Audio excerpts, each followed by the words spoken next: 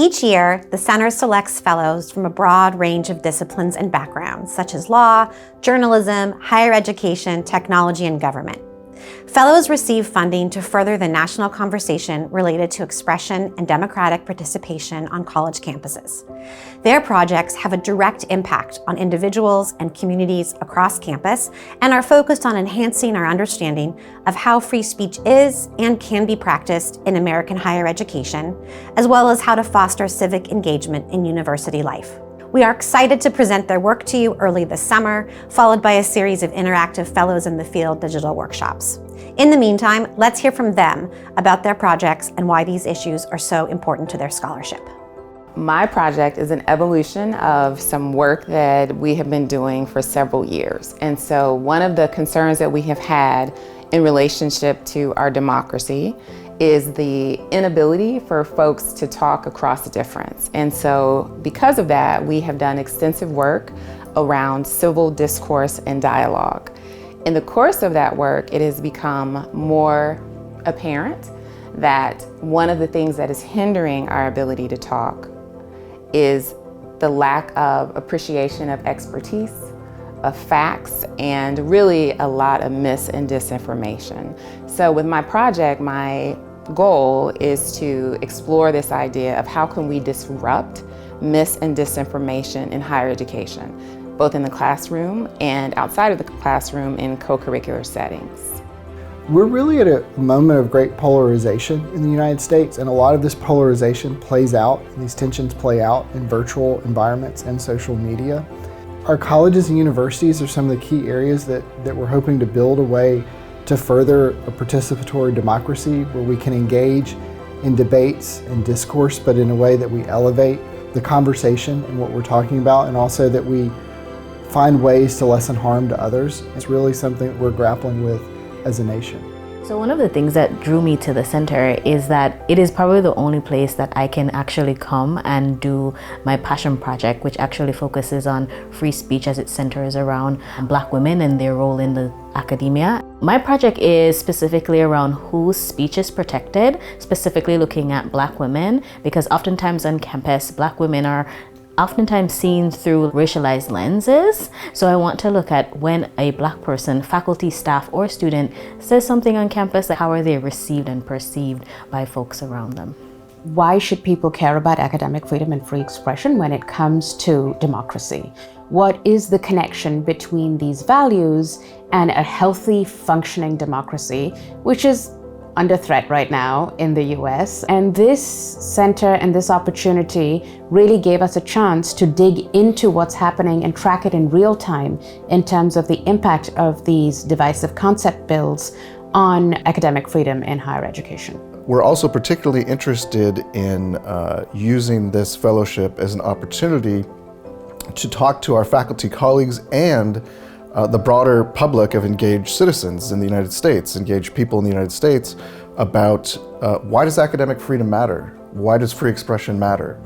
So my project really focuses on understanding how students in particular navigate difficult classroom conversations, how they think about what other students say, and how they think about their own speech in the classroom, particularly when classroom conversations veer into areas where people might say something that could be offensive to someone else in the class. How do we help students engage with each other across these really contentious issues in more productive, constructive ways?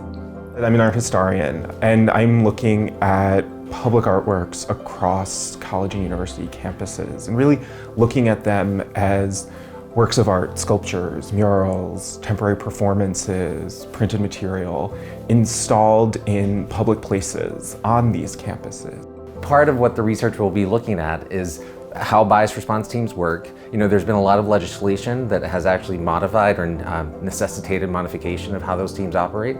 So we're looking at bias response teams, we're looking at deans of students, we're looking at really just universities in general, how, one, they're preparing the population for free speech and what it means to be a part of this community, but then two, when incidents do happen, how best to respond to those incidents and make sure that we're both protecting free speech, but really attempting to address the harm that was done while creating the climate and culture that we hope for as universities. For my project, I'll be doing archival research about UC student advocacy movements throughout the course of the UC's history. As the first undergraduate fellow, I'm hoping to really bring student perspectives and the importance of students involved in research to the center. The UC system is known for being a research institution. I'm hoping that having students involved in research and being the first student involved in research at the center will help show the importance of students and their perspectives in creating policies, in navigating advocacy, and in the broader UC picture. My project builds upon prior research on repressive legalism, and it looks at how faculty are understanding and responding to current external political and legal pressures that restrict the teaching of anything related to equity and inclusion in the classroom. And so as part of my project, I'm conducting a single site instrumental case study that looks at one particular public institution within a politically polarized state. One of my favorite things about the fellowship and my involvement with the center is getting to meet the other fellows. It's really exciting getting to work with, have conversations with people who are thinking about the same issues I am, but thinking about them from these sort of like different disciplinary perspectives, these different life experience perspectives.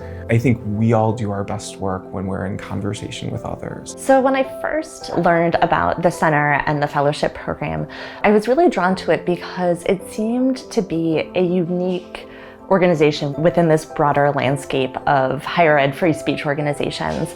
In particular, that it's based in an academic institution and the focus is really on understanding these issues in a deep way.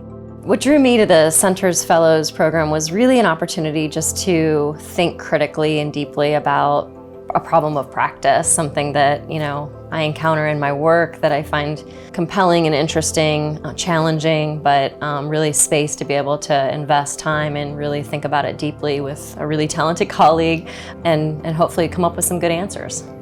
I would just say that I am passionate about our democracy, and it is a powerful country, concepts, everything around what we're trying to do in a multicultural democracy with our society. And I really am hopeful that the work that the center does, that our fellows are doing to talk about free speech, academic freedom, things that are critical to a successful democracy or a flourishing democracy. To learn more about the center and the work of our fellows, visit us at freespeechcenter.universityofcalifornia.edu.